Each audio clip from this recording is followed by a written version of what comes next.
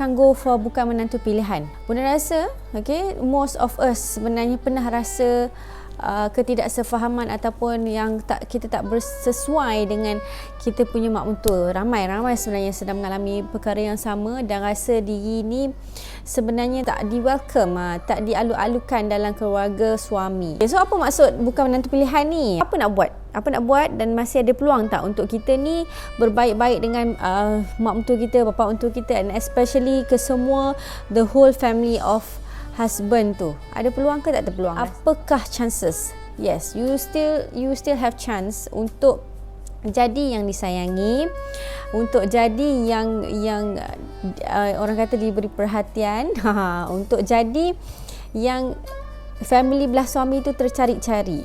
Tapi macam mana? First thing first, Bunda nak cakap the term of bukan menantu pilihan ini sebenarnya kita yang letakkan sendiri. Jadi bahan untuk dibandingkan, jadi bahan untuk diumpatkan.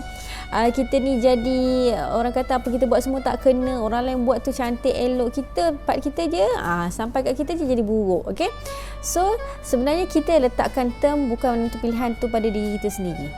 Kita kena buang jauh-jauh term ni. Bukan kita adalah seorang menantu yang tak dipilih, tak, tetapi kita belum lagi dapat menambat hati mak mentua kita ataupun bapa mentua kita. Dan bear in mind, kalau kita ada satu sebelum kita kahwin, kita ada satu fear di mana orang bercerita pasal mak mentua macam ni, bapa mentua macam ni, family belah suami macam ni. Sama juga dengan mak mentua kita, di mana sebelum dia dapat menantu-menantu dia, ada 2-3 menantu ni, dia juga akan dengar cerita yang sama daripada adik-beradik dia, daripada family jauh dia, pasal orang dia punya menantu, orang tu punya menantu. Dia pun takut dan dia pun sebenarnya fobia dan dia sebenarnya gemetar nak menerima menantu. Okey, sama. So kita dan mak mentua ada dalam satu situasi yang sama, mana kita tak cuba memahami dia, dia juga tak cuba memahami kita. So what is the solution? Okey, dari part kita kena buang jauh-jauh part yang awak kena faham saya. Mak mentua kena faham saya. Family belah suami kena faham saya. Benda tu you kena buang jauh-jauh. Because why? Okay, kita seorang dan mereka ramai. Dan mak mentua apa-apa pun dia adalah ibu. Kita ni sebagai orang yang muda, okay, dan orang yang baru dalam family, datang dalam family, kita yang kena cuba blend in sedaya upaya kita. Sampai satu masa ataupun satu ketika yang kita rasa kita masih boleh. Kalau tak boleh, tak apa, you have tried your best. Okay, tetapi buang term bukan menantu pilihan dan buang satu tanggapan bahawa orang lain kena faham aku. Sebab aku ni mungkin memang jenis macam ni. So aku susah nak ubah. So dia yang kena faham dan mak mentua juga yang akan kena datang dan approach kita. Kita ni jenis macam mana? No, selalunya benda tu tak akan terjadi. Sebab apa? Sebab kita yang the new to the family. Benda yang kita selalu terlepas pandang. Yang mengikat hati mak mentua, yang mengikat hati suami adalah bukan kita sebenarnya. Kita usahalah macam mana pun. Usahalah kita bagi barang ke, kita selalu balik ke, kita selalu buat benda yang mak kita suka ke. Tetapi kalau tidak ada doa dan kalau kita ni tak ada satu perhubungan, orang kata perhubungan rohani antara kita dengan mak mentua pun tak jadi. Okey, kita selalu doakan kita dengan suami, doa nak kita sebut nama suami, kita sebut nama anak, tapi kita tak pernah sebenarnya doa sebut nama mak mentua kita. Sama macam kita buat dengan suami. Sebab dia manusia biasa yang ada hati, ada dia punya favor sendiri, yang ada pengalaman hidup dia sendiri, dan dia boleh diubah dengan kita punya doa. Boleh, sangat boleh. Okey. Kemudian apa lagi? Bunda selalu cakap, tapi bila benda sebut ni, sangka baik ni, tak ramai yang akan kata, wow, senanglah nak cakap sangka baik. Tapi memang betul. Kalau part kita dengan mak mentua ni, selalu sangat kita ni terasa hati, walaupun benda kecil yang sebenarnya dia tak maksudkan apa-apa pun. Kita lebih banyak bersangka buruk daripada bersangka baik. Bersangka baik ni banyak boleh mengelakkan masalah-masalah besar sebenarnya. The best thing untuk kita buat, yang kita masih ada peluang untuk berbaik ataupun menjadi yang disayangi oleh mak mentua adalah kita tak cari apa yang dia suka buat. Kadang benda yang kita tak suka buat tu kita terpaksa buat juga untuk blend in. Sebab nak tambat hati orang tua ni tak mudah. Orang kata the best way adalah kita blend in dengan apa yang dia suka buat walaupun kita tak suka. Walaupun kita katalah kita ni tak suka menjahit, kita ni tak suka nak pergi berjalan-jalan cari, katalah nak pergi berjalan dekat pekan ke Alostar tu dengan mak kita, nak pergi cari benda-benda yang orang tua cari, tudung saji, bakul. Kita tak minat benda-benda macam tu. Tapi kita terpaksa minat juga supaya mak mentua kita dapat mesej bahawasanya kita nak blend in dengan dia. Kita ada usaha ke arah tu walaupun kita tak suka sebenarnya. Kita tak ada bakat lah nak buat benda-benda tu. So bila kita dah cuba untuk blend in dengan mak mentua kita, dan kita tolong jangan expect yang mak mentua kita akan blend in dengan kita punya pekerjaan ke ataupun apa yang kita favor. Yang tu kita jangan expect, okay? Sebab dia umur dia dengan kita terlalu jauh untuk dia cuba faham kita. Terlalu jauh. Okay, dan dia punya capability dengan umur dia yang katalah dah 60 lebih, dah 50 lebih tu, dia dah tak mampu nak berfikir wide open seperti kita fikir. Tak. Kita masih muda, kita masih banyak boleh rasional, kita masih boleh stabilkan emosi kita. Okay, kita tak boleh compare diri kita dengan seorang mentua yang umur dia dah 50 lebih, 60 lebih, yang fikiran dia tu dah tak jauh macam kita dah.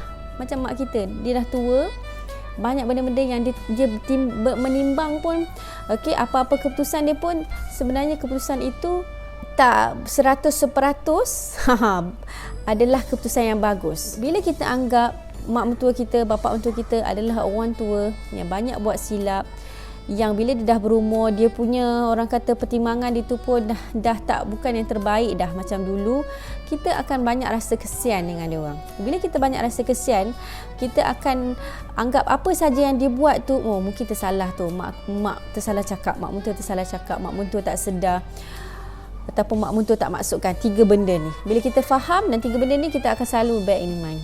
Okay?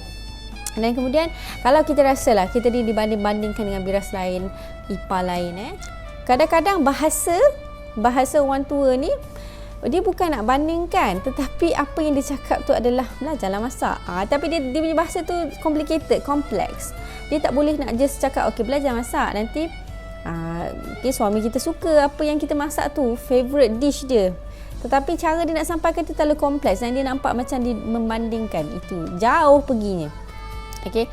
Dan kalau katalah memang betul dibanding-bandingkan, dan memang pula kebetulan pula biras kita ataupun ipar duai kita ni memang ngam lah, memang menambah perisa lah, memang nak bersaing lah dengan kita, memang nampak dia nak menang. Apa yang you kena buat, please step back. Jangan involve, jangan bersaing, biarlah dia nak tunjukkan dia boleh buat apa ke, dia pandai buat apa ke, biarkan. Okay, so kita we do. Kita buat apa yang kita perlu buat je. Jangan bersaing sekali pun jangan. Maksudnya aku nak tunjukkan dekat dia aku pun boleh buat bagus lagi daripada dia.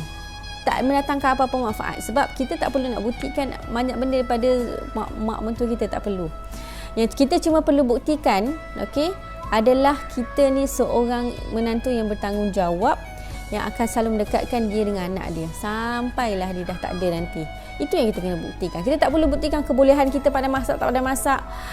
Kita boleh buat ni, tak boleh buat tu. Tak perlu semua tu. Okay? Kalau mak mentua tahu, tahulah. Kalau mak mentua tak tahu, tak tahulah. Tapi usaha kita tu, pada dia tu, dia kena nampak ada usaha. Alright? Nak cari apa yang mak mentua suka ni, kadang-kadang susah sikit. Kadang-kadang apa yang kita nak cuba offer pada dia, dia tak nak. Okey, tak nak, tak apalah, mak buat sendiri. Tapi bila orang lain offer, dia nak pula. Okey, tapi bila part kita, mak tak nak. Kita rasa macam, mak tak suka kat aku kan sebenarnya? Tak suka kat aku ke? So, bila macam tu, okey, sebenarnya, kita banyak, buat assumption yang tak pasti.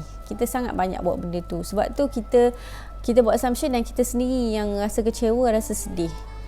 Apa tujuan sebenarnya? Apa tujuan hubungan kita dengan mak mentua tu baik? Tujuan kita dengan mak mentua tu baik adalah supaya mudah urusan suami kita ni nak berbakti kepada mak dia. Itu je sebenarnya. Okey, pada kita nak dapatkan, orang kata kita nak dapatkan pujian ke, kita nak dapatkan benda apa yang kita dah buat tu.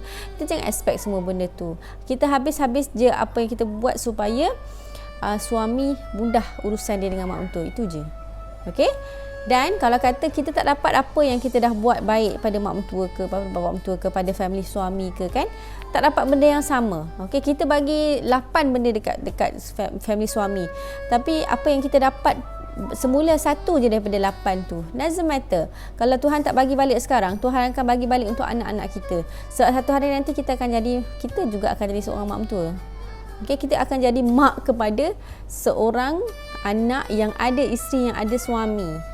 So, apa yang kita buat sekarang mesti akan dibalas baik. Kalau tak sekarang, nanti lagi 2-3 tahun, lagi 10 tahun, lagi 20 tahun, yang mana bila anak-anak kita pula kahwin. Okey, ingat tu je. Kalau kita berada dalam satu situasi yang sangat-sangat susah sekarang, bergaduh, krisis dengan mak mentua, keep on buat baik. Siapa yang memang ikhlas, siapa yang jadi diri sendiri, akan tetap jadi diri sendiri. Akan tetap ikhlas tu, akan terpancar, akan nampak juga satu hari nanti. Tetapi dalam satu family, kalau ada yang memecah belahkan, kalau ada yang sebenarnya dia busuk hati ke, buruk hati ke, itu bukan urusan kita. Benda yang buruk, benda yang busuk, kita tak akan boleh sorok. Okey. Tetapi kalau kita keep on being ikhlas, kita keep on being apa yang kita buat tu, kita ikhlaskan. Okey. So, benda tu kita akan dapat semula. The positive aura tu kita akan dapat semua. Tapi kita macam cuba nak balas, kita cuba nak bagi orang kata kesusahan dalam satu-satu krisis tu, kita tambah lagi perasa-perasa yang menyemarakkan api, maka kita pun tak dapat benda yang elok semula.